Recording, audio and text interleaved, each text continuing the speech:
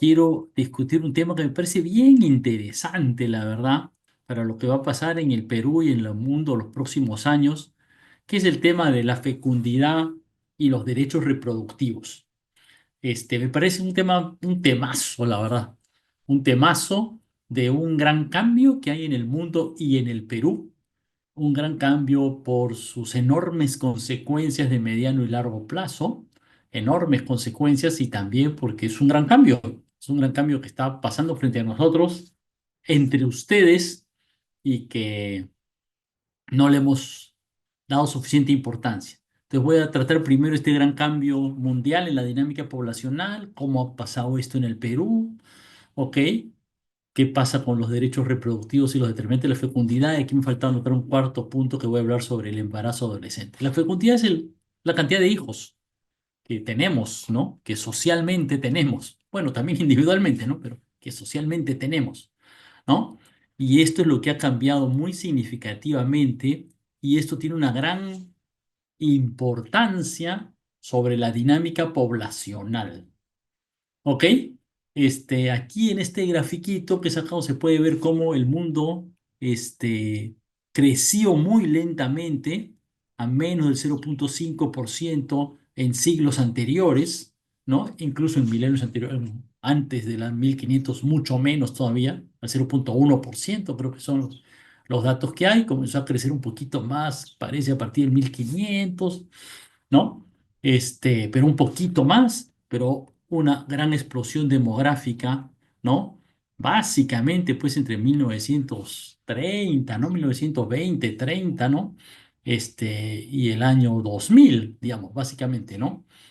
Y esto pues tiene una enorme importancia porque aquí pueden ver cómo la curva de la población, ¿no? Hoy estamos, ¿no? Aquí pasando ya pasamos los 7 billones, ya pasamos los 8 billones, ¿no? Una pendiente sumamente acelerada de crecimiento poblacional y esto tiene como un lado de la causa de este pico, la reducción de la mortalidad y sobre todo la mortalidad infantil con nuevos temas de salud y progreso económico, ¿no? Mientras se mantenía una cierta cantidad del número de hijos. Pero luego, ya esto se ha revertido. Como ven aquí, el porcentaje de crecimiento poblacional ha caído un montón y se proyecta que va a caer, seguir cayendo un montón, porque, bueno, por un lado, el progreso en la mortalidad infantil ya pues está llegando a un tope, ya no es mucho, y en segundo lugar, pero principalmente porque la gente en el mundo está teniendo menos hijos, ¿no?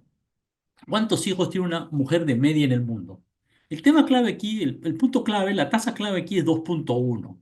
¿Y qué quiere decir esto? Porque la idea es lo que se llama una tasa de reemplazo generacional. Se estima más o menos que si una población, cada mujer tiene en promedio 2,1 hijos, digamos, ¿no? La mujer son la mitad del mundo, entonces 2 hijos por mujer, quiere decir que tienen, pues cada una tiene, ¿no? Cada pareja, digamos, ¿no? Cada mujer, no sé, tiene por lo menos dos que la reemplazan, una mujer, un hombre, porque el nacimiento es más o menos parejo entre sexos, ¿no? Digamos, ¿no? En el mundo hoy, ¿no?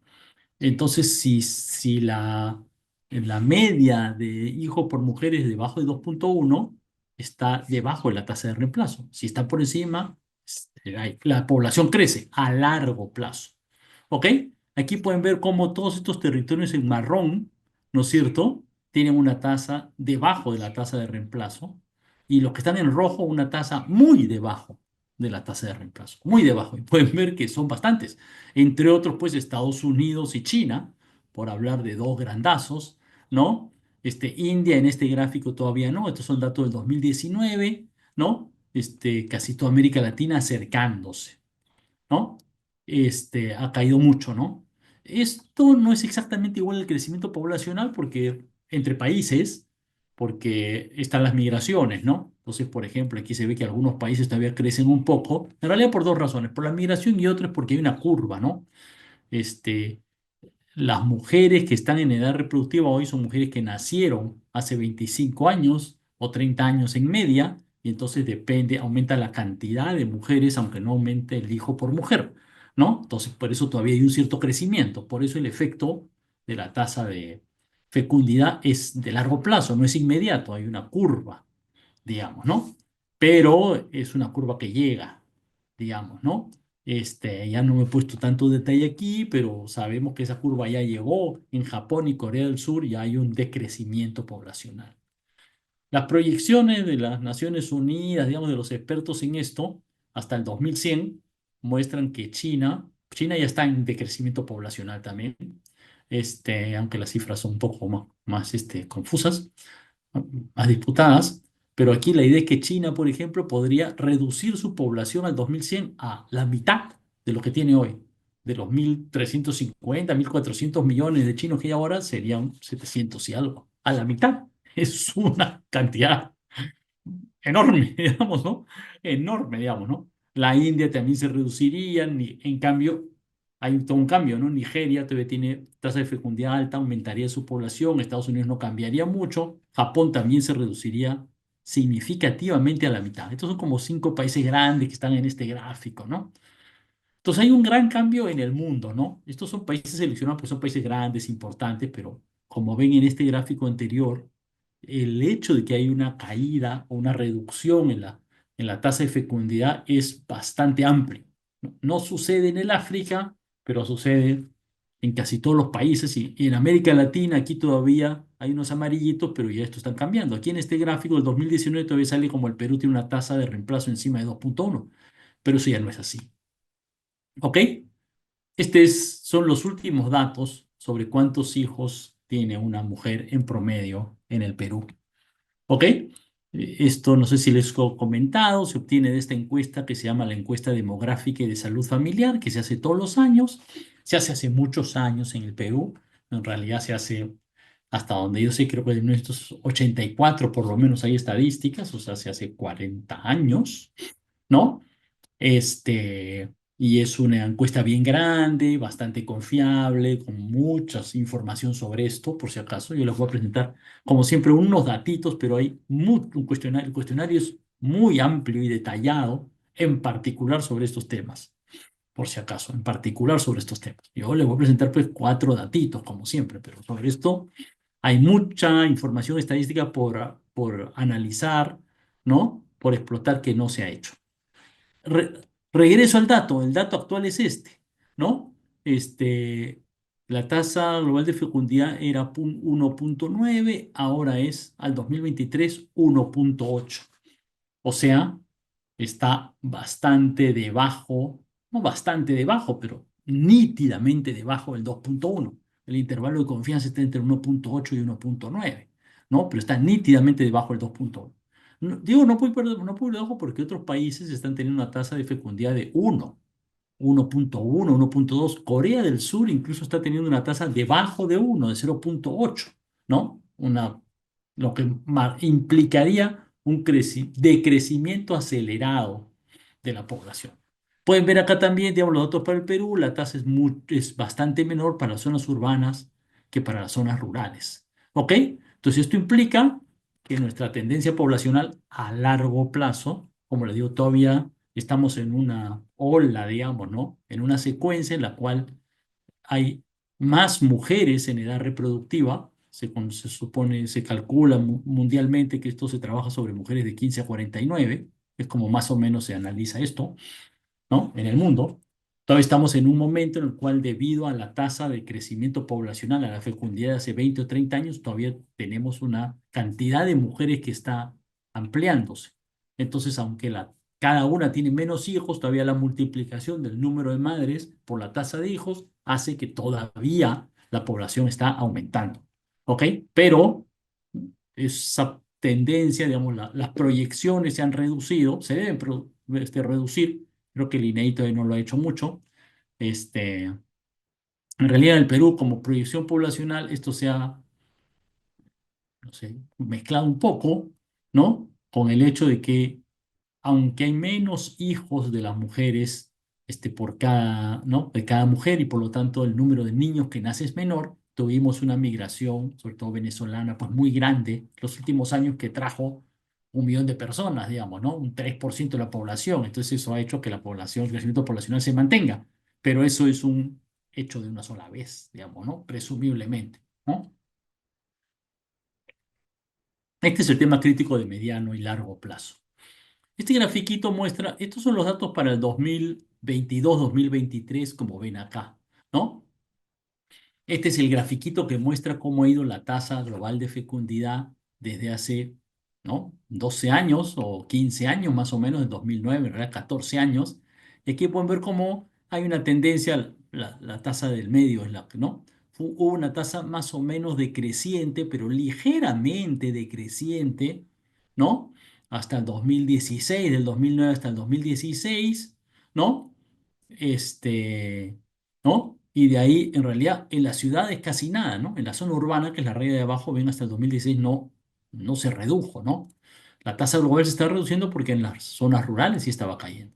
Pero a partir del 2016, 17, 18, cayó fuertemente, ¿no? Y el 2020, el año del COVID, bueno, había razones especiales por las cuales, diversas razones, la gente, ¿no? Tenía menos hijos. Y aquí hubo una discusión, ¿no? Si este era un fenómeno particular, exclusivo, digamos, ¿no es cierto? O eso se iba a mantener en los próximos años, ¿no? Parecía que era una bajada fuerte por la pandemia, pero no ha sido así. Como ven, aquí la tasa está en 1,9 al 2020 y el 2022 y 23 ha seguido en la misma tasa y para abajo a 1,8, ¿no?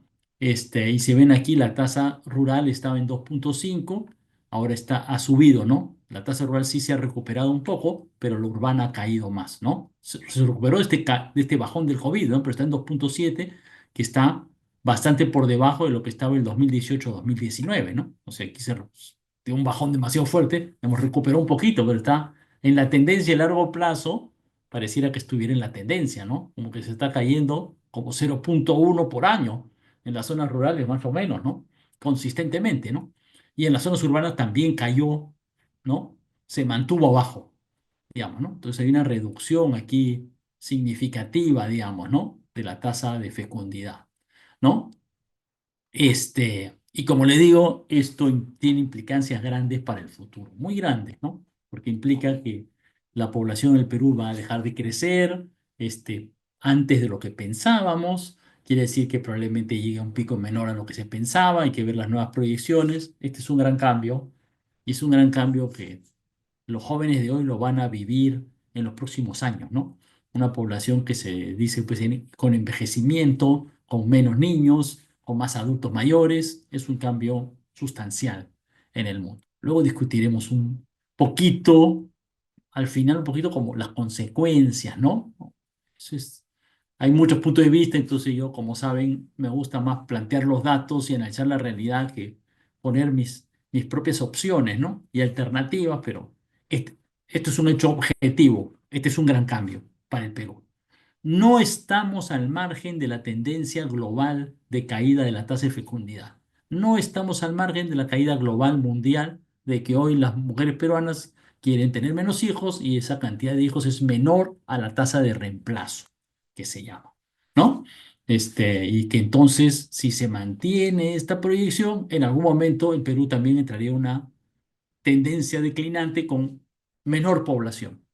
Es algo difícil de imaginárselo en realidad, ¿no? La población en el Perú ha crecido tanto en los últimos años, en mi vida siempre ha crecido fuertemente, ¿no? Que es difícil, el mundo también, que es difícil imaginarse una situación en la cual la población mundial y del Perú decrezca, caiga, ¿no?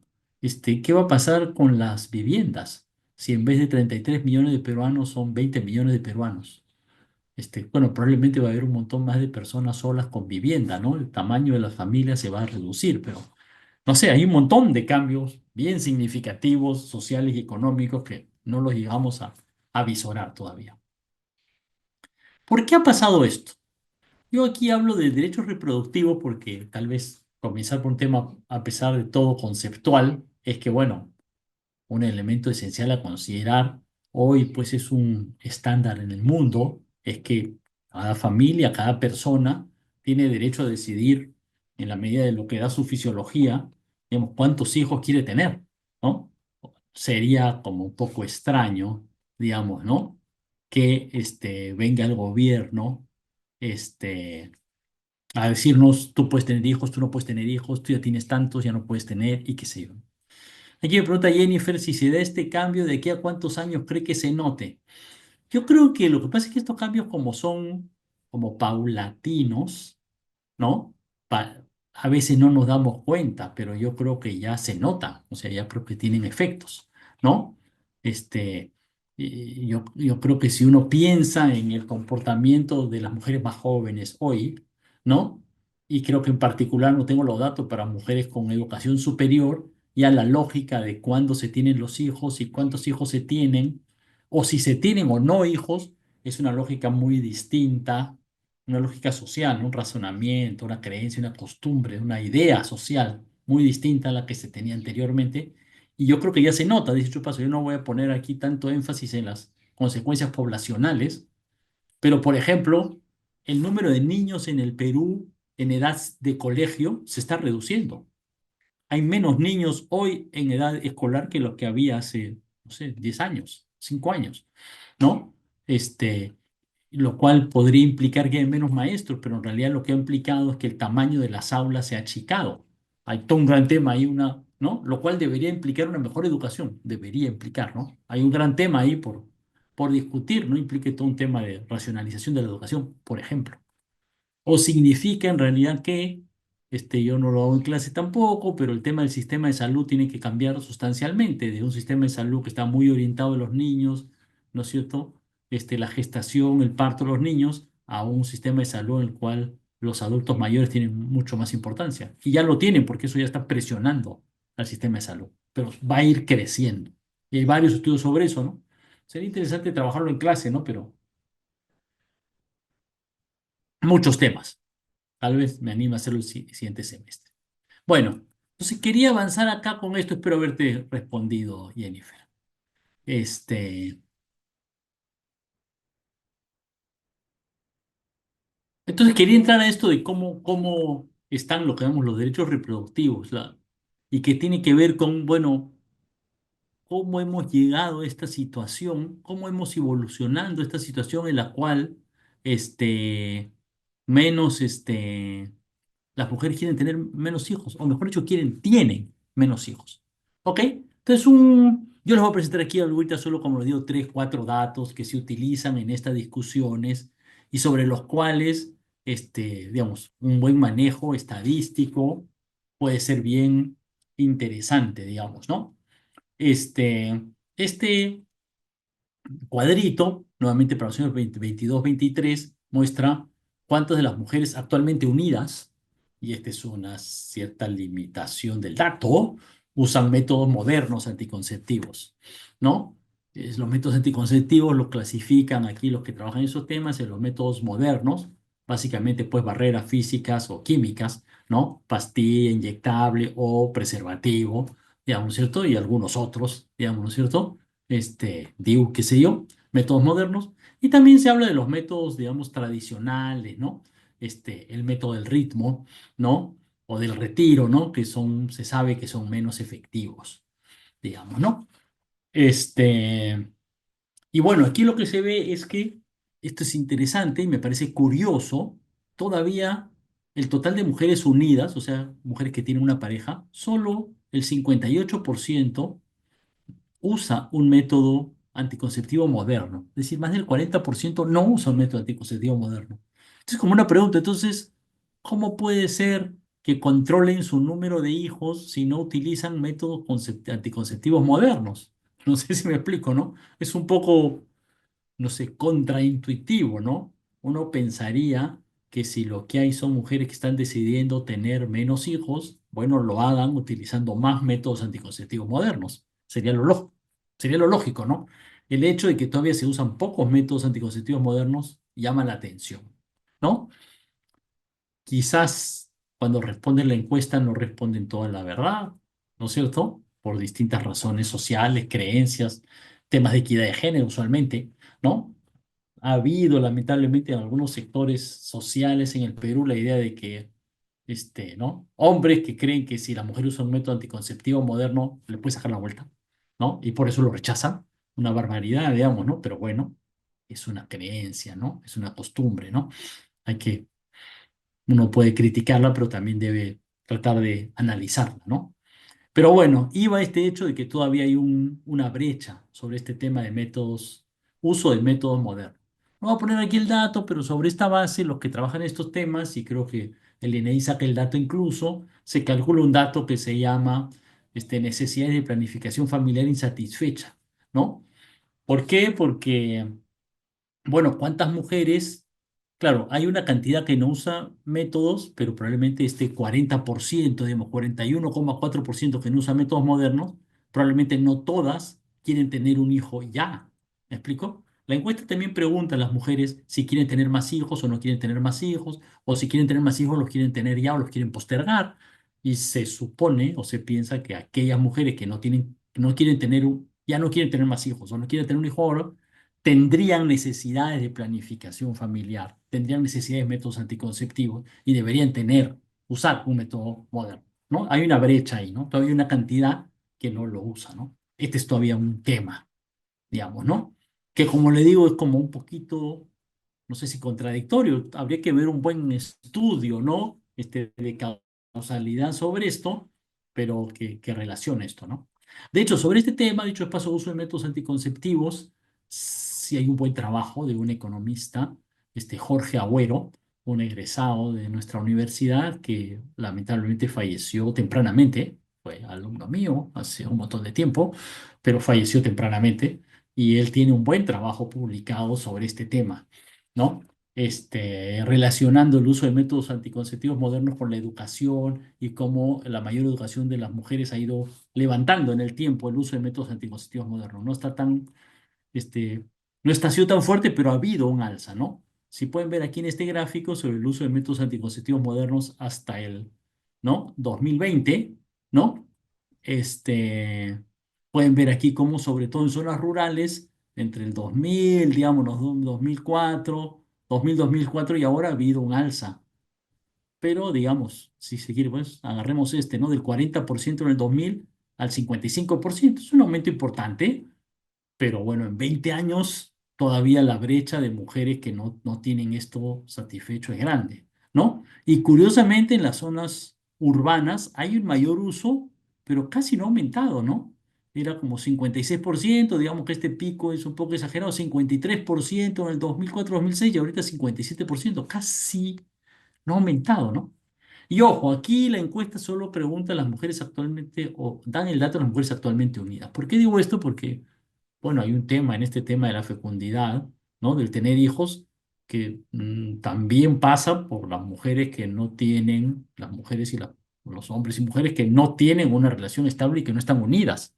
Me explico, ¿no? Es como, pero bueno, también uno puede querer o resultar teniendo, digamos, un hijo, digamos, ¿no? Sucede, digamos, ¿no? Todos conocemos, no sé si todos conocemos casos, pero no es raro ver casos de ese tipo, ¿no? ¿Qué está pasando en el sector de las mujeres no unidas respecto al uso de métodos modernos, o de métodos? No tengo datos para darle. Sería interesante, verlo, digamos, ¿no? Pero como les digo, aquí hay un tema, y esto es un tema que se puede analizar, ¿no? ¿Por qué? ¿No? Este uso de métodos modernos, y luego va a regresar eso un poquito cuando hable del embarazo adolescente, tal vez un poquito. ¿Ok? El segundo gran tema sobre esto es un poquito el comportamiento, ¿no? O para decirlo de otra manera, bueno, una forma de verlo es a qué edad están teniendo hijos las mujeres, ¿no? Uno pensaría que si la tasa de fecundidad ha caído, una posibilidad, y uno pensaría que un comportamiento que se pudiera haber, no sé, cambiado en los últimos años, es que las mujeres posterguen la edad a la cual tienen sus hijos, ¿no? La demanda, digamos, una razón que uno podría haber pensado que eso sucede es que la cantidad de jóvenes y de mujeres jóvenes en particular que están en educación superior influiría en ello, ¿no? Uno podría pensar, tal vez a ustedes esto les sea familiar, me contarán un poquito, que bueno, si una chica, una mujer joven está estudiando en la universidad, bueno, pues en ese rato pues no parece lo más conveniente tener un hijo, puede pensar en postergar, al menos postergar, ¿no? La edad a la cual podría tener sus hijos, ¿no? Sin embargo, aquí como podemos ver, en realidad esto no ha sucedido, ¿no? Entre las mujeres que han tenido un hijo entre el 2009 y el 2020, en las zonas rurales sigue siendo a los 20 años y en las zonas urbanas sigue siendo a los 23 años. ¿Ok? No ha cambiado mucho. Como hay un poco más de urbanización, la edad ha cambiado un poquito, pero no es un cambio sustancial. Digamos, ¿no? No hay una tendencia muy fuerte a la postergación del nacimiento. Ahora, es verdad que esta estadística se refiere a las mujeres de 25 a 49 que ya han tenido un hijo. ¿Me explico? Y probablemente hay un tema que hay más mujeres que no tienen hijos. Ese dato no lo he visto registrado, ¿no? Me parece interesante. En un momento quise ver datos, pero bueno, yo también exploro un poco hasta donde llega mi tiempo para preparar las clases, ¿no? Pero es un tema que me parece bien interesante, ¿no? Y que debiéramos tener los datos, ¿no? ¿Cuántas mujeres están cambiando su punto de vista, su decisión, su deseo, y ya no quieren tener hijos? Yo creo que hay una tendencia, sobre todo seguramente entre mujeres con educación superior, datos para probarlo, digamos, ¿no es cierto? Sería interesante y me parece que en este caso hay muchas cosas que pueden analizarse un poco más, ¿no? No sé si hay más trabajo sobre eso, ¿no?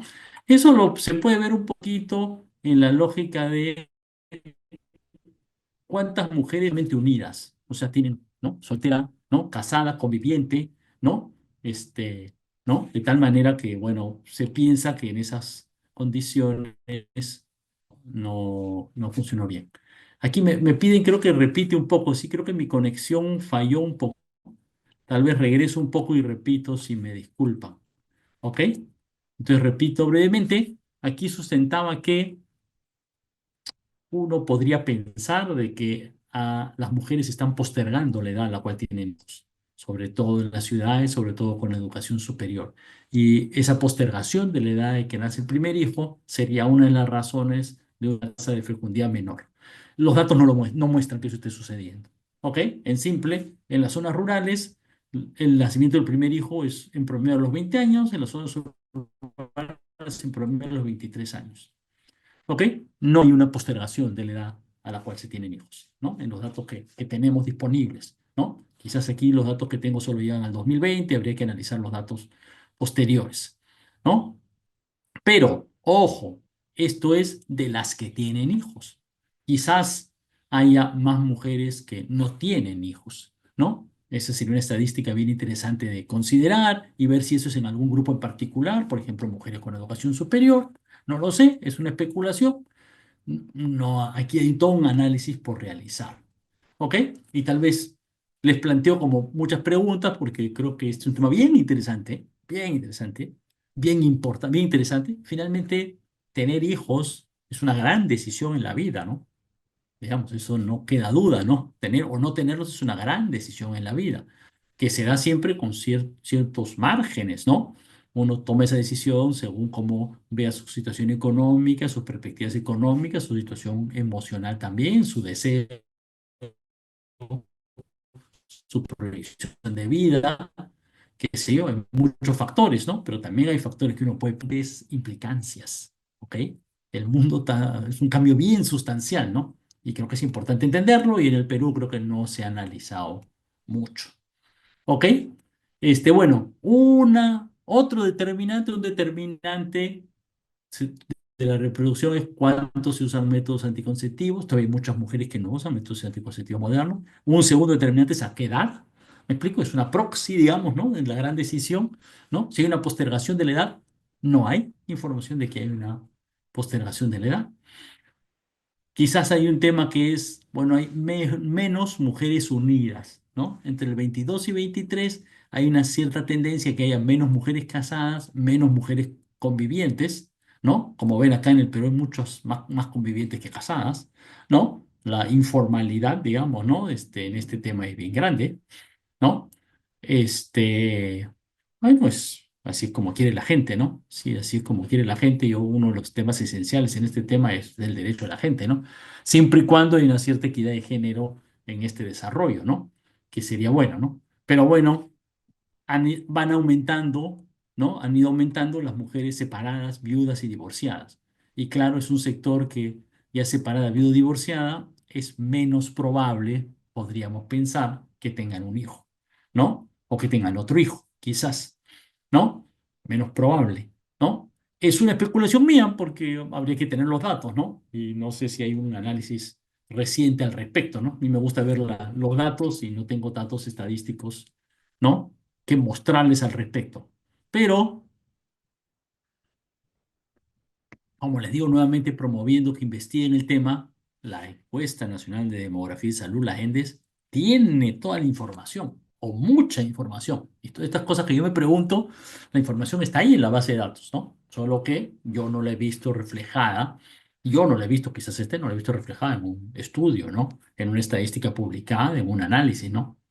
Súper interesante. Y como le digo, hay muchos artículos académicos en el mundo y algunos en el Perú sobre este tema. Bueno, aquí como ven, este es el tema de cuántos son las mujeres actualmente unidas, ¿no? O sea, casadas o convivientes, ¿no? Para ponerlo así, ¿no? Y aquí pueden ver que en realidad en las zonas rurales hasta tuvo una ligera tendencia al alza, ¿no? Entre el 2009 y el 2019, ¿no? En las zonas urbanas, más bien una tendencia a la baja, digamos, ¿no?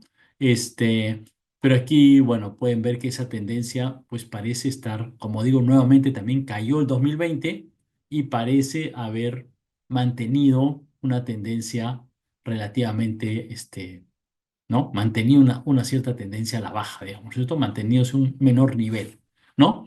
Y esto, ojo, aquí hay un tema, pues, merece un análisis estadístico, pero el análisis estadístico es complejo, por si acaso, porque la decisión de tener hijos y la decisión de tener una pareja, estar unido, es una decisión probablemente muy relacionada, ¿no?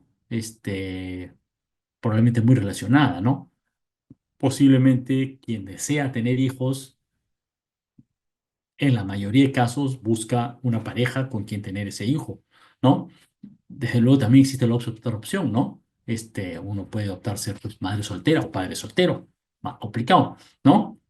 Pero la mayor parte busca algún tipo de relación, ¿no? Para tener hijos. Y al mismo tiempo, ¿no? Muchas veces una unión tiene esa lógica, ¿no? Entonces, no son eventos independientes, me explico, ¿no? Como tampoco lo es el evento del trabajo, ¿no?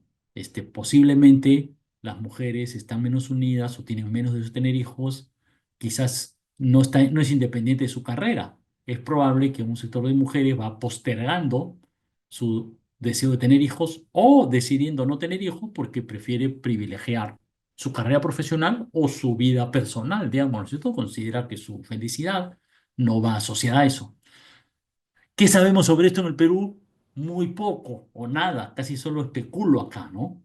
Entonces les he presentado este tema porque me parece que es bien interesante respecto a sus implicancias, ¿no?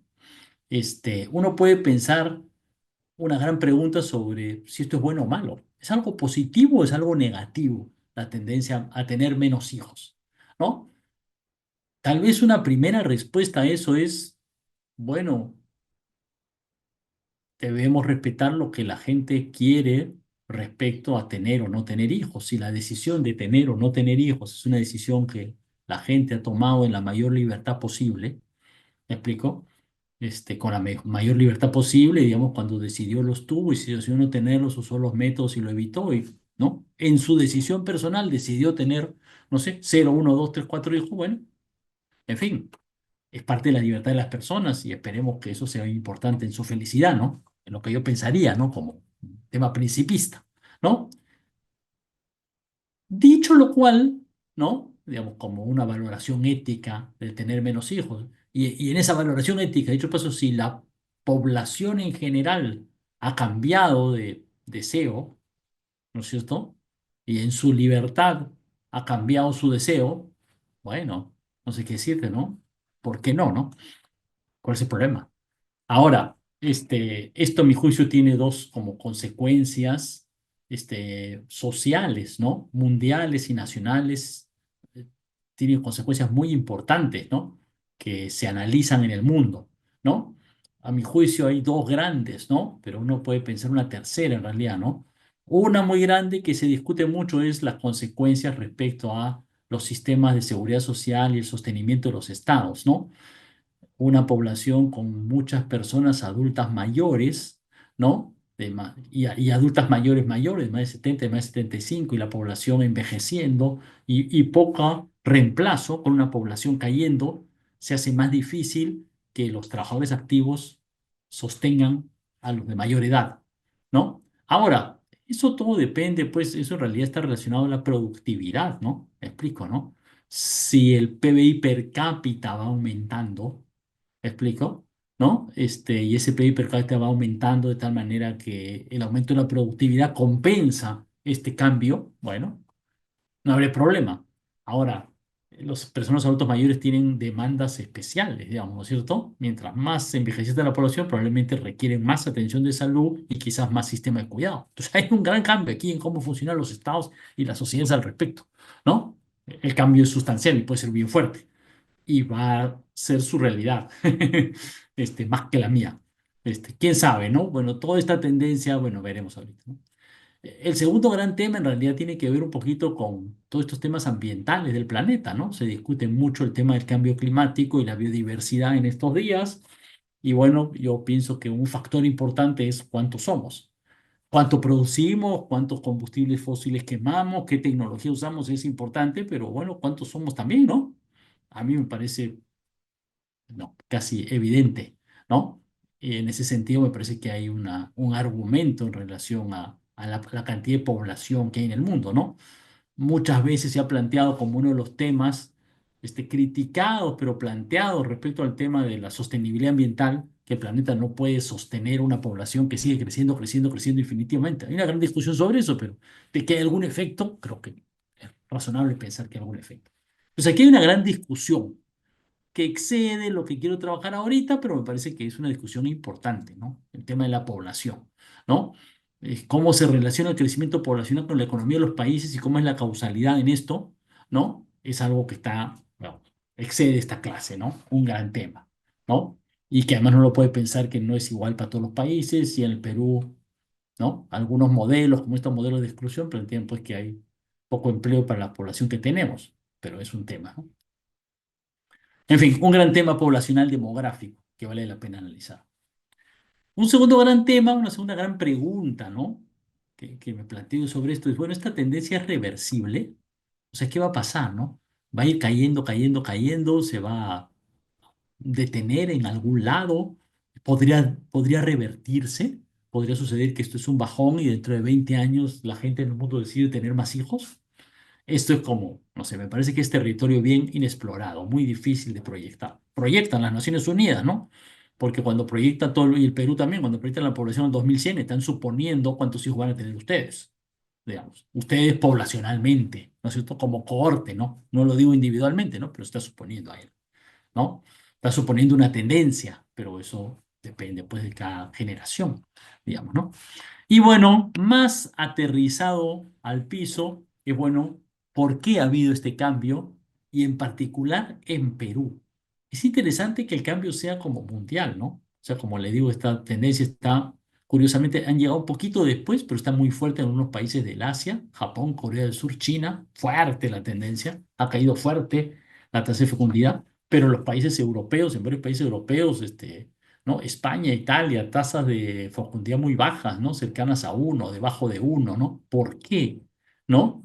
Y uno puede pensar en factores inmediatos, uso de métodos anticonceptivos, la unión, la postergación de los hijos, qué sé yo, y bueno, temas más estructurales, ¿no? ¿Cómo se relaciona eso con el trabajo femenino y la equidad de género, ¿no?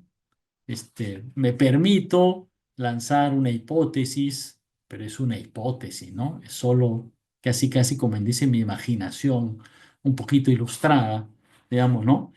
De que, bueno, mucha gente, muchas mujeres en particular hoy, también hombres, bueno, piensan en el tema económico como un tema esencial y en su carrera profesional. Las mujeres sienten, creo que con justicia, que bueno, para tener cierta equidad de género tienen que tener una carrera profesional, para tener, ¿no es cierto?, mayor autonomía tienen que tener una carrera profesional propia, tienen que tener más ingresos y que eso se complica con tener hijos, ¿no? Y entonces una situación en la cual las mujeres hoy tienen mucha inequidad, como pueden haber visto en el video este que que espero que hayan visto, ¿no? De la conferencia de Tamia Lavado, la inequidad que hay, que las mujeres tienen que hacer pues una doble jornada de trabajar productivo, ¿no? Trabajar en el mercado de trabajo para ganar ingresos y luego llegar a la casa, no sé, cuidar la casa y el hogar durante muchas horas. Bueno, eso hace pues que hay una cierta,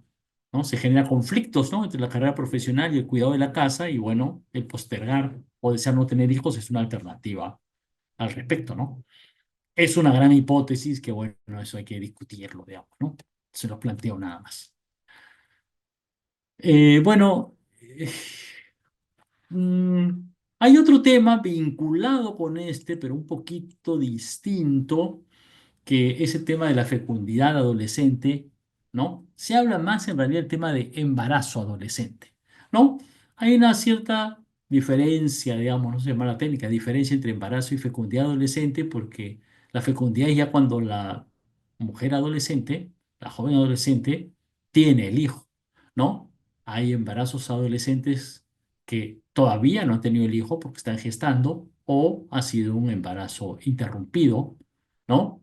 Ya sea por voluntad o involuntariamente, digamos, ¿no?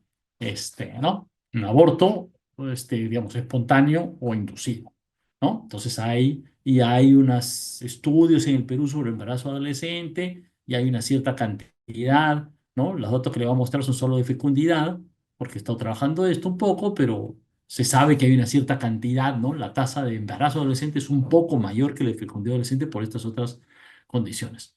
Se sabe de estudios internacionales que la fecundidad del embarazo adolescente tiene consecuencias negativas, en especial sobre las mujeres, ¿no? Que, claro, tener un hijo a los 15 años, 16 años es difícil continuar estudiando, muchas veces entran en relaciones inequitativas o más injustas, tienen menos autonomía, se complica, digamos. Hay bastante evidencia nacional e internacional sobre esto y por eso hay un estudio de costo, ¿no? Que ha hecho esta agencia de las Naciones Unidas que se llama el UNFPA, el Fondo de Naciones Unidas para Actividad de Población, creo que significa, sobre respecto que lo pueden encontrar en internet fácilmente. Y en algún momento traté de analizar el tema y traté de ver si es que había estudios sobre que una joven tuvo a su hijo como adolescente, si eso afecta el desarrollo del niño. Y hasta donde pude revisar la literatura internacional, hay pocos estudios sobre eso. Y pensé que en el Perú se podría hacer un lindo estudio sobre esto sobre la base de una encuesta especial que se llama la encuesta de niños del milenio, que permite seguir a un niño desde chiquitito a ahorita hasta los veintipocos años, ¿no? Entonces se puede ver un efecto de largo plazo sobre el niño. Me parece que podría ser una investigación excelente, ¿no? De impacto internacional. Bueno, pero regreso a los datos, ¿no? ¿Cuánto es el porcentaje de fecundidad adolescente? ¿Ok? Y bueno, al 2007 yo he trabajado esto con datos del censo y justo he ganado un concurso del Consorcio de Investigación Económica y Social del CIE para analizar esto el próximo año con unos colegas. Pero bueno, el dato que tenemos al 2007 sobre la base del censo es que la fecundidad adolescente de 15 a 19 años es 10%. 10% de las jóvenes adolescentes de 15 a 19 años ya tienen un hijo, el hijo ya nació, ¿ok? Como ven aquí, la tasa ha caído, ¿no? En el 1981 era 14% y bueno, hace 10 años, en el 2007 era 11%. Se ha reducido, pero un poco, digamos, ¿no? Y los datos que se saben a nivel internacional, ¿no? Es que en Latinoamérica en general el embarazo adolescente se ha reducido muy poco. En otras regiones se ha reducido más. ¿Ok? Aquí les pongo estos mapitas donde se ve la fecundidad adolescente por regiones, ¿no? En el 81 aquí arriba a la izquierda, en el 93 arriba a la derecha, el 2007 arriba a la izquierda, el 2017 podemos chequear, quedar acá ahora, ¿no? Ven aquí que, por supuesto, el 81 hay unos departamentos en blanco porque se han perdido los datos del censo de esos años. Pero en general se ve que en la selva, ¿no? Antes, ¿no? En el 93 parece que era pues Madre de Dios, Ucayali y San Martín donde la tasa era más alta, ¿no? Ahorita es Ucayali y Loreto donde la tasa es más alta, pero en general es la selva donde hay tasas mayores, ¿no? donde hay tasas mayores, digamos, ¿no? Y bueno, de ahí la sierra, ¿no?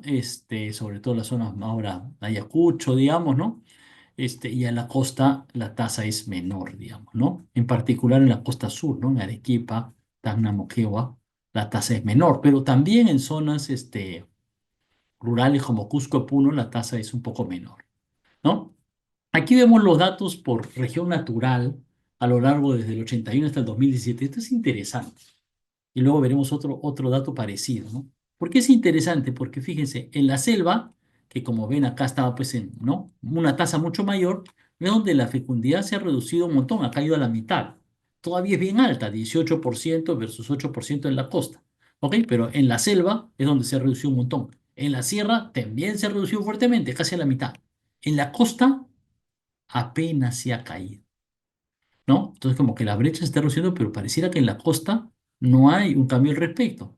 Y lo mismo pasa si uno ve entre zonas rurales y zonas urbanas. En las zonas rurales la fecundidad adolescente ha caído fuertemente, ¿no? Entre el 81 y la mitad, y de alguna manera sí ha caído en los últimos años. En las zonas urbanas, mucho menos, ¿no? Cayó, subió, cayó, la tendencia no es clara, ¿no? Parece es una cierta tendencia a la caída, pero esto es, ¿no? Muy preliminar, digamos, ¿no? No está tan clara la tendencia, ¿no? Parece mantenerse mucho más, ¿no? Digo que esto es interesante porque, importante, ¿no? Porque nos plantea una pregunta, ¿no? ¿Por qué en las ciudades y en la costa, ¿no? Bueno, la fecundidad adolescente es menor, pero ¿por qué se mantiene, ¿no? ¿No? Hay un núcleo duro de un porcentaje que siempre lo tiene. Hay un tema de, bueno, en las zonas rurales, de la sierra, de la selva, está cambiando un poquito la lógica reproductiva, pero en las ciudades no, ¿no? Aquí hay un tema, digamos, ¿no? Este, y este otro gráfico me parece súper interesante, ¿no? Muestra cómo, según el nivel de educación de las mujeres, de las adolescentes, la tasa de fecundidad adolescente ha variado mucho, ¿no? Y entonces es como curioso, digamos, ¿no? Aquí podemos ver, bueno, uno primero es esperable, ¿no? Entre las mujeres con educación superior, la tasa de fecundidad es mucho menor, en la educación secundaria un poco más, 10%, las que tienen solo primaria en el censo en 2017 tenían 26% tenían hijos. Claro, estamos hablando de que chicas de 15 a 19 años ya hace rato deberían estar en la secundaria, digamos, ¿no? Entonces estas son mujeres, jóvenes, adolescentes que prácticamente han desertado tempranamente o han tenido un gran retraso educativo, digamos, ¿no? Pero es interesante que en este sector la tasa de fecundidad adolescente ha ido creciendo a lo largo del tiempo, ¿no? Es como si este sector vulnerable, ¿no? Que salió de la educación tiene mucho más tendencia a, mientras que claramente las mujeres que con educación superior tienen mucho menos, y tal vez entre el 93 y el 2017 ni las con educación secundaria ni con la educación superior ha cambiado mucho, ¿no? Lo que pasa es que cada vez hay más mujeres con educación superior, ¿no? Entonces este porcentaje afecta a una población cada vez mayor. Pero es interesante esto, ¿no? Y aquí hay varios estudios sobre este tema del embarazo adolescente, hay varios estudios como interesantes, como cualitativos, ¿no? Preguntando, tratando de explorar por qué, digamos, ¿no? Y algunos estudios parecen indicar que también hay un grupo de adolescentes, de jóvenes, sobre todo en la selva, en zonas rurales, que bueno, este es su camino de vida, ¿no? Ya no pude terminar el colegio, ya vivo en una zona rural, ya por las necesidades familiares o por donde vivo no hay secundaria, y bueno, ya a los 16, 17, 18 años, ya hace 3 años que no estudio, y así que no voy a terminar secundaria, piensan que su camino de vida, vamos a ponerlo así, es casarse y tener hijos, ¿no? Cuáles son las condiciones y lo que significa para su futuro económico, para su pareja, no sé, pero es claro aquí que este sector cada vez tiene más hijos. ¿Me explico, no? Tal vez su postergación lo afecta. Pura hipótesis. En todo caso, el dato es interesante como para analizarlo, ¿no? Entonces, aquí este es un tema, dicho de paso, un tema interesante acá es, dicho de paso, es ah, todavía la fecundidad adolescente ha caído poco, no mucho, pero la fecundidad total sí ha caído más sostenidamente, ¿no? Aunque es 10%, cuando uno ve el total no es Esto no es determinante en el curso de la fecundidad global, ¿no? Pero da la impresión de que al mismo tiempo que cae la fecundidad global, no cae tanto entre las adolescentes, ¿no? Como que si en esa etapa crítica de la vida, hubiera un grupo que con más o menos conciencia, con más o menos decisión, ojo, esto suele tener, como hemos visto, consecuencias negativas. Pero bueno, hay un lado también que una joven adolescente puede tomarlo con total decisión y quizás es su decisión, ¿no? Si lo toma en libertad, en autonomía, es su decisión, a mi juicio, ¿no? El tema es que pensamos que socialmente probablemente en muchos casos lo hacen en una situación de desventaja y como digo, quizás aceptando condiciones de inequidad de género, de menor autonomía de ellas, ¿no? Ok, entonces esto es más o menos lo que quería compartirles ahora. Me parece que es un tema, repito, bien interesante y no sé si tienen dudas, preguntas, observaciones, comentarios. Creo que a lo mejor alguna de ustedes se interesa en investigar el tema. Como insisto, es un temaza por el gran cambio que implica para la sociedad, es un temaza por el enorme cambio que significa futuro en términos de dinámica poblacional, pero también es un temaza en términos de la realidad de lo que está pasando, ¿no? De cómo este tema esencial en la vida, que es tener hijos, a qué edad tenerlos, cómo emparejarse, ¿no? ¿Qué tipo de vida llevar? Bueno, cómo está cambiando eso en la sociedad peruana. Es un tema esencial, ¿no? Podría parecer, comillas, poco económico, pero en realidad los temas de cómo se hacen las familias, se reproduce la población, los hogares, hay teorías económicas desde hace 50 años, ¿no? Gary Becker, premio Nobel, ¿no? Promotor ¿no? Casi fundador del tema del capital humano, tiene modelos sobre esto de hace más de 50 años. Y bueno, es un tema de enormes consecuencias para la humanidad, para la sociedad peruana. Entonces, y hay un montón de datos para analizar. O sea que podría ser bien interesante si algunos de ustedes se animan a trabajar este tema.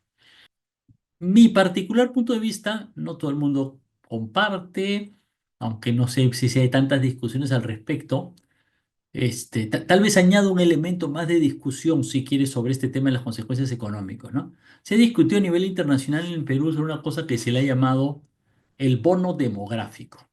Si buscan, googlean ahí bono demográfico, van a encontrar una serie de referencias y hay algún estudio sobre el bono demográfico en el Perú. La idea del bono demográfico, les comento para que tengan idea, es que, es que el Perú pasa por una transición demográfica y durante un periodo de tiempo hay menos niños y todavía no hay muchos adultos mayores, y entonces la población en edad de trabajar de 15 a 65 es más alta en relación al total de la población. Y ese periodo se le llama el periodo del bono demográfico. Es una cosa que se va a ir perdiendo, todavía estamos nosotros en esa etapa, pero que se iba a ir perdiendo en el mediano y largo plazo. Ahora, a mí no me gusta mucho el concepto del bono demográfico y tengo un punto de vista un poco distinto sobre los problemas de esto, sobre estos problemas para el Perú en particular, porque pienso que el Perú tiene un problema de falta de empleo, ¿no? Y me parece que es bueno el modelo de Adolfo Figueroa de exclusión y de sobrepoblación, ¿no? Su idea es que no hay suficiente empleo y por eso la gente va a sobrevivir al trabajo informal de baja productividad. Hay tanta gente pobre en un trabajo de baja productividad porque no hay empleos y no va a haber buenos empleos, creo yo. O sea, esa brecha es muy grande. Me explico, ¿no? Y no hay para nada un camino claro respecto de cómo generar, no sé, 10 millones de buenos empleos. Entonces, si en ese escenario hay menos gente, no está tan claro que eso sea tan negativo. Me explico, ¿no? Así como en el modelo más simple, esto es muy simplón, digamos, ¿no? Para decirlo así, pero el modelo más simple, uno podría decir, bueno, menos gente, habrá menos informales, menos ambulantes, menos gente en sectores de baja productividad y mayor proporción de la población estará en buenos empleos. Y eso sería bueno. Ahora, el tema tiene mucha complejidad, tiene muchas aristas y desde luego es más complejo que eso, ¿no?